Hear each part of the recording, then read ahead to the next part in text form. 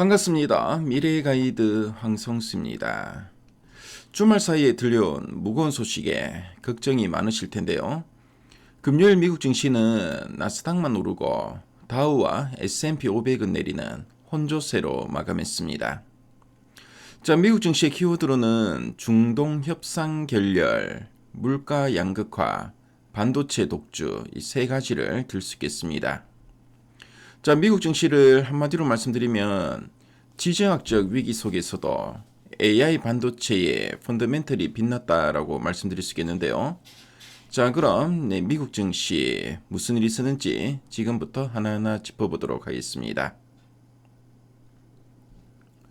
자, 먼저 지수름을 보겠습니다.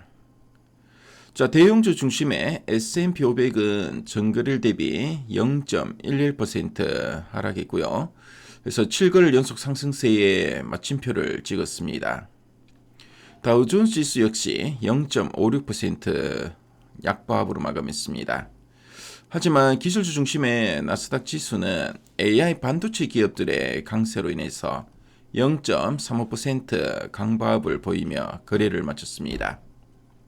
자, 주간 기준으로는 3대 지수 모두 올해 들어 가장 큰 폭의 상승을 기록했는데요. 하지만 주말을 앞두고 중동발 불확실성이 다시 시장을 덮치면서 짙은 강망세를 보였습니다.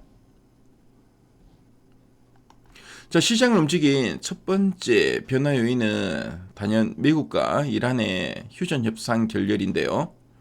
벤스 미국 대통령은 21시간의 마라톤 협상에도 합의에 실패했다고 선언했습니다.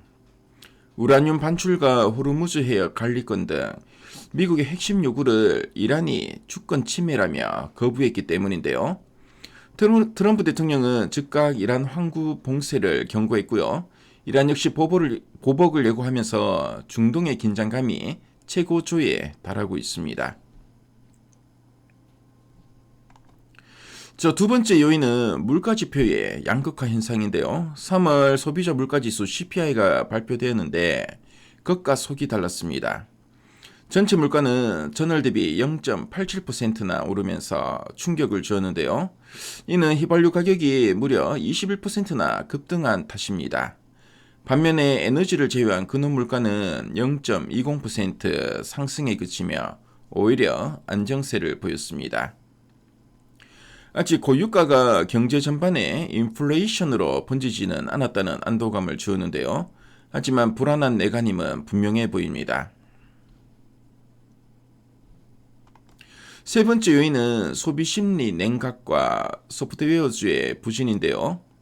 기름값이 치솟자 미국 소비자들의 지갑이 닫히고 있습니다. 미시간대 소비자 심리지수가 47.6으로 역대 최저치를 기록했는데요. 자, 1년 기대 인플레이션도 4.8% 급등하면서 연준의 금리 정책에 큰 부담을 주고 있습니다. 한편 기업단에서는 AI 기업 엔트로픽이 자체칩 개발에 나서면서 기존 소프트웨어 기업들의 수익성 약화에 대한 우려가 제기되었고요. 시장을 짓눌렀습니다. 자, 이런 위기 속에서도 빛난 곳은 역시 반도체였는데요. 엔비디아는 파트너사인 코위브의 엔트로픽 계약 소식에 2.57% 상승했습니다. 자, 브로드컴 역시 엔트로픽의 자체 칩 개발 파트너가 될 것이라는 기대감에 4.69% 급등했고요. 자, TSMC의 호실적 발표도 반도체 투심을 뜨겁게 달궜습니다. 반면에 대형 기술주와 자동차는 엇갈렸는데요. 테슬라는 자율주행 불확실성 지적에 하락하다 장 마감 직전 수급이 몰리면서 0.96% 반등에 성공했고요. 아마존은 클라우드 비용 절감 기대로 상승했지만 마이크로소프트는 소프트웨어 불안감에 하락했습니다. 제약과 소매 금융업종은 우울했는데요. 일라릴리는 인도발 저가 복제약 공세에 점유율이 깎이면서 1.65% 하락했고요. 코스트코는 고유가로 인한 핵심 매출 성장 둔화에 3.25% 내렸습니다. 자, 금융주들은 사모신용 대출 부실 우려가 재부각되면서 동반 약세를 보였습니다. 자, 가장 심각한 곳은 상품 시장인데요. 국제유가가 발작을 일으키고 있습니다. 주말 사이 미국 이란 협상 결렬 소식이 전해진 직후 시간의 거래에서 서부 텍사스산 원유 WTI는 단숨에 배럴당 104달러 선을 돌파하면서 8%대 폭등세를 보이고 있습니다. 자, 브렌트유 역시 102달러를 넘었는데요. 호르무즈 해협 봉쇄가 현실화될 수 있다는 공포가 시장을 지배하고 있습니다. 자, 지금까지 미국 증시를 쭉 한번 살펴봤습니다. 자, 그럼 이제 정리해 보겠습니다. 오늘 우리 코스피 시장은 단기 충격은 피하기 어려워 보입니다. 당장 유가 100달러 돌파와 중동 전쟁 확전 우려는 우리 증시의 체력을 시험할 것으로 보여집니다.